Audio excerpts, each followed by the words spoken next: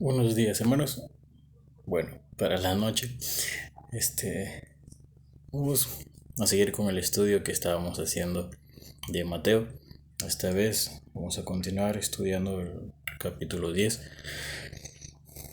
Como ya habíamos estado viendo en versículos anteriores, el Señor Jesucristo les estaba enseñando a los apóstoles. Primero fue empezando el capítulo 10, fue con la elección de los apóstoles. Después, en el mismo capítulo 10, a partir del versículo 5, les muestra cuál es la misión que deberían llevar ellos. Y a partir del versículo 16 les da la advertencia. Y esta advertencia no solamente es para ellos, sino esta advertencia trasciende aún durante generación en generación. ¿Y cómo se deduce? ¿Cómo se infiere esto?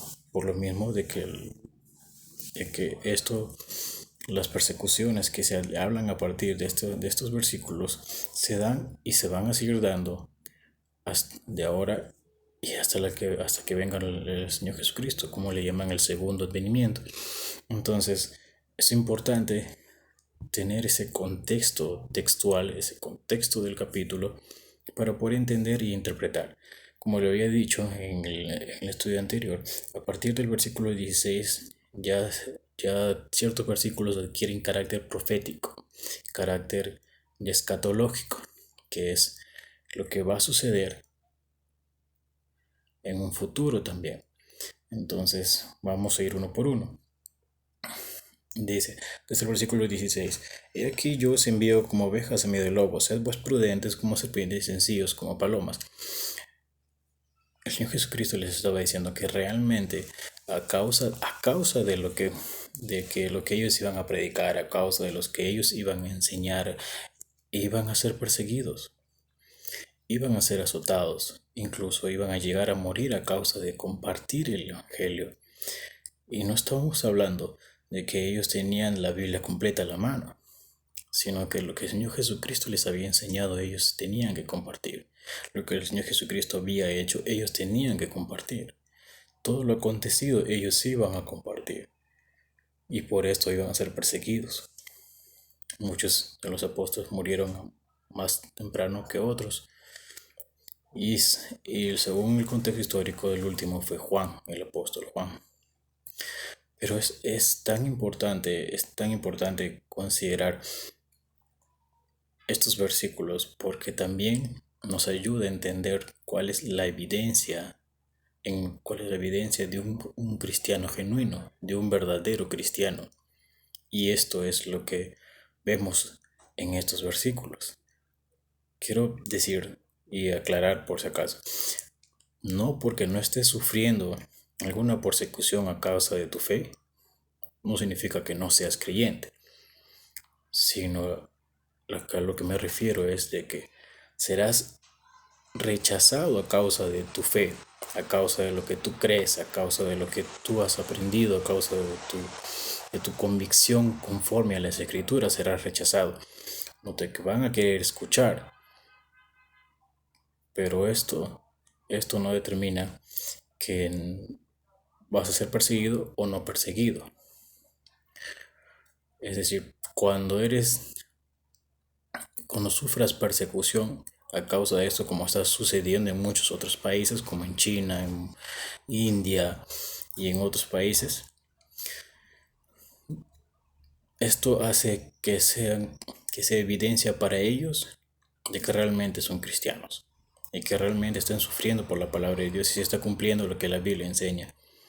Pero si a ti no te sucede esto, no determina que no seas creyente, pero sí determina que seas creyente, que, que seas rechazado por el Evangelio, seas rechazado cuando predicas la palabra de Dios.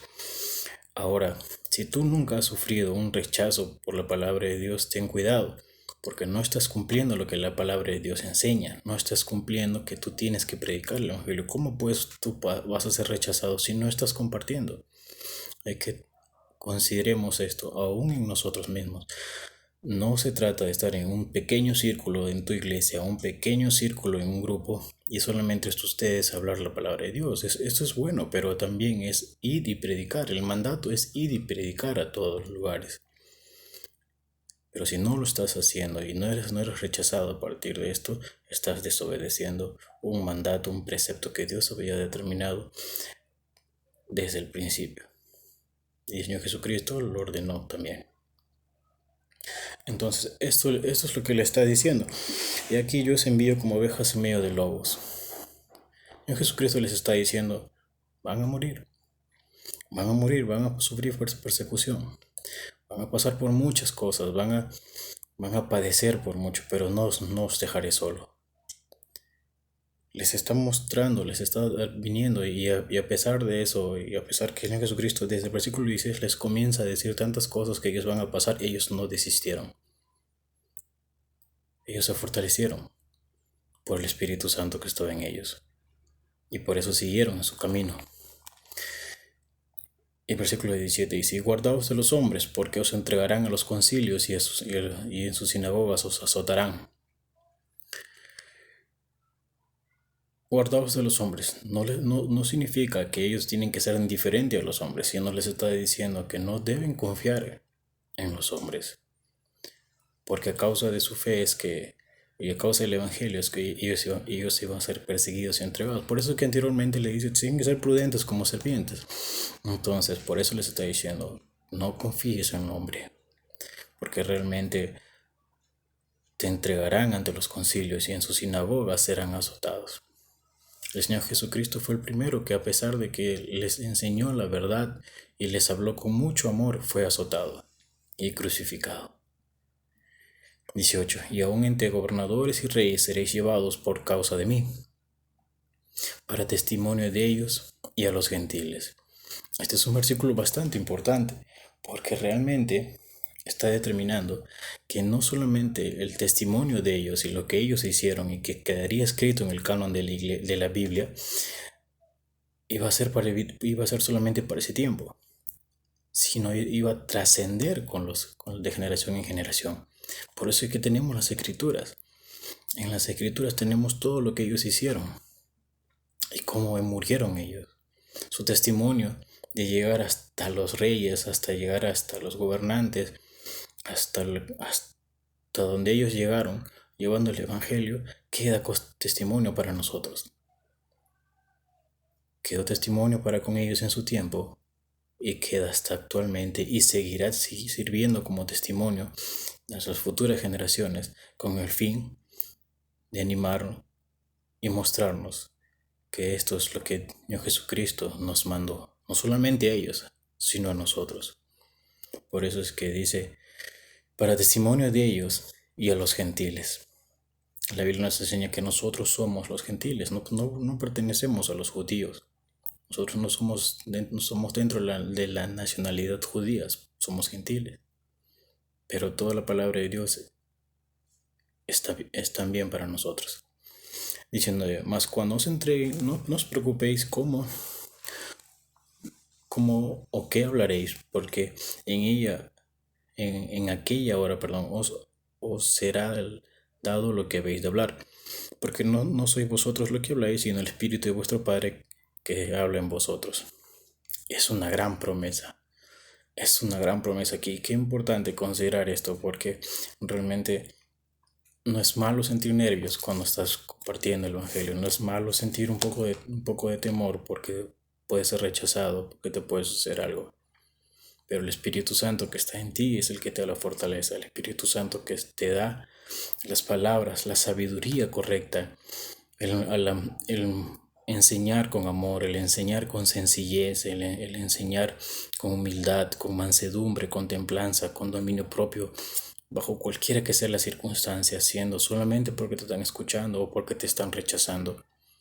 Se ha visto muchos videos que a las personas que están predicando a veces son escuchadas y a veces son contradichas y a veces contradecidas por las cosas que están pasando, por la circunstancia o por la cultura en la cual donde están predicando, y inclusive dentro de la nación de Israel son escupidos muchas veces, son golpeados, son rechazados.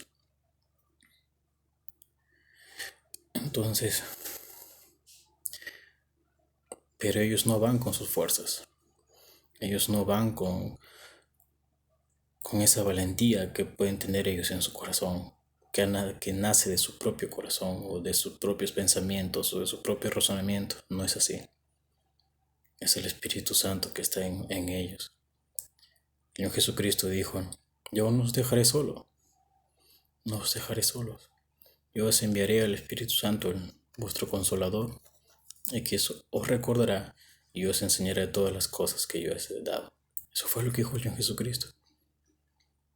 Ten la certeza que si el Espíritu Santo no está en tu vida, no está gobernando en tu corazón, realmente no vas a poder, no vas a poder predicar, porque todo es obra de Dios.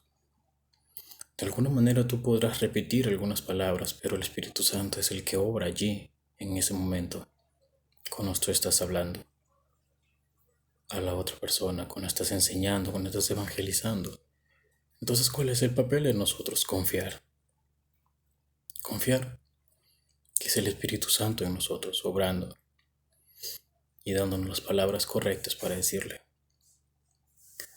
A veces no se trata solamente de memorizar versículos o simplemente de memorizar lo que algún autor o algún comentarista dijo, sino es lo que el Espíritu Santo, Dios, pone en ese momento.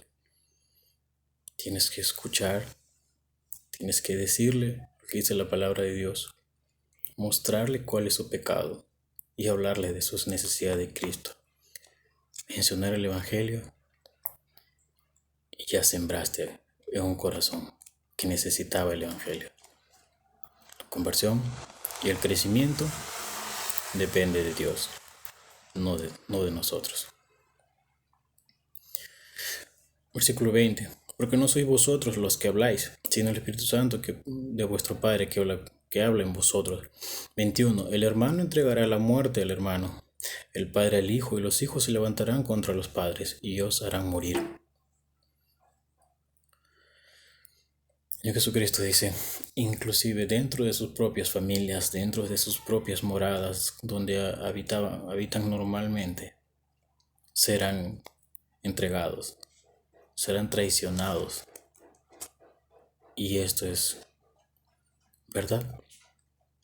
Y esto sigue aconteciendo, aún ahora. Muchas familias, dentro de las muchas familias, hay solamente un cristiano. Solamente un cristiano. ¿Y qué es lo que sucede? Tienen que a veces huir de sus propios hogares, de sus propias familias, porque saben de que serán rechazados, o porque son rechazados, vituperados, insultados, ofendidos y entregados. Y esto sucede en esos países donde el cristianismo es condenado totalmente por medio de una ley o por medio de un precepto, una tradición no cristiana, por supuesto. Gracias a Dios en nuestro país no tenemos esto, pero sí somos rechazados. Una persona que hable del Evangelio es rechazada totalmente y considerado como como una persona retrógrada, como una persona que no entiende que los tiempos pasan y esas cosas, considerando la palabra de Dios, ya pasaron y que no necesita de estas cosas. Aunque siempre ha sucedido esto. Dice versículo 22, y seréis aborrecidos de todos por causa de mi nombre, mas el que persevere hasta el final, hasta el fin, este será salvo.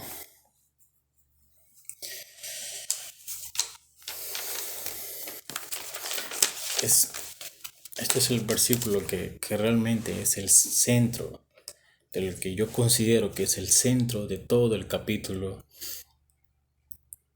10, para mí.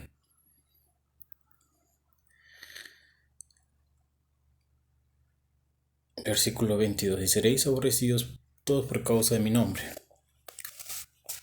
Vamos a empezar por la primera parte, por el versículo 22, la primera parte. Y seréis aborrecidos todos por causa de mi nombre, más el que por causa de mi nombre. Importante. Es importante considerar de que tú vas a ser aborrecido no por tu indiferencia, por tu apatía, por tu mal carácter. No es por esto. Hay que tener mucho cuidado. Una cosa es de que tú seas aborrecido a causa por tu fe, por tu convicción, por tu amor a la palabra de Dios, por tu amor a Dios. Pero otra cosa es que seas aborrecido por tu indiferencia, por tu mal carácter. Que muchas veces las personas no quieren escucharnos porque la forma de nuestro trato no es el correcto. Y es allí cuando nosotros decimos somos aborrecidos por causa de la fe, pero no es así, sino es porque no tuviste el amor que debiste tener el momento de predicar, el momento de que tenías que enseñar, fuiste tolerante, ser humildes como palomas, es lo que nos ha enseñado, ser sencillos como palomas, es lo que nos ha enseñado en versículos anteriores. Esto es importante considerar. El aborrecimiento no es por tu mal carácter o por la clase de persona que tú seas, sino es por causa de tu fe. Esto es importante. Segunda parte, mas el que persevera hasta el fin, este será salvo. No está hablando este versículo, como muchas veces se ha interpretado de muchas denominaciones, el obrar. No quiere decir de que tú vas a obtener tu salvación por medio de las obras. No está enseñando esto. Tampoco está diciendo de que vas a obtener tu salvación posterior a lo que, a lo que, a que has perseverado toda tu vida. Porque entonces sería vana nuestra fe diciendo de que Jesucristo murió por nosotros y no somos salvos todavía. Esto es importante. Tampoco está diciendo de que nosotros vamos a perseverar para obtener o tener como regalo o beneficio la salvación. Es decir, como que el precedente o el requisito que el cristiano debe tener para ser salvo es perseverar hasta el final. Esto no es así. O sea, el versículo no nos está enseñando que es por obras, porque la salvación todavía no se ha obtenido, que la salvación es a futuro. Aunque para considerar muchos teólogos y muchos historiadores, incluso pastores, consideran de que nosotros somos salvos. Es verdad, somos salvos, ya ganamos nuestra salvación, pero se va a hacer efectivo nuestra salvación el día que muramos o cuando el Señor Jesucristo venga, el segundo advenimiento. ¿Qué quiere decir? De que tuvimos ya la salvación y ya no podemos entrar, no vamos a entrar en condenación así si fallezcamos o muramos el día de hoy o el día de mañana. Obtendremos nuestra salvación, pero se hará efectivo el día que el Señor Jesucristo venga en el segundo advenimiento y tendrá juicio. Esta es una teoría que realmente yo estoy de acuerdo. Pues a pesar que somos salvos, todavía no estamos ante la gloria de Dios, no estamos en la gloria de Dios, no estamos en la presencia de nuestro Señor. Entonces, es un buen punto a considerar esto. Y podemos también guardar esta analogía con la santificación, pero en su momento se hablará de eso. Entonces, aquí en este versículo, en esta segunda parte del versículo, está hablando de dos cosas.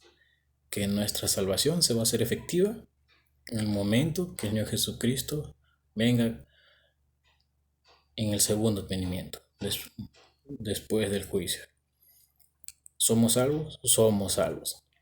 Pero se va a hacer efectivo, se va a ejecutar, judicialmente hablando, en el momento de que el Señor Jesucristo venga. Eso es uno. Pero también nos está enseñando este versículo que la evidencia,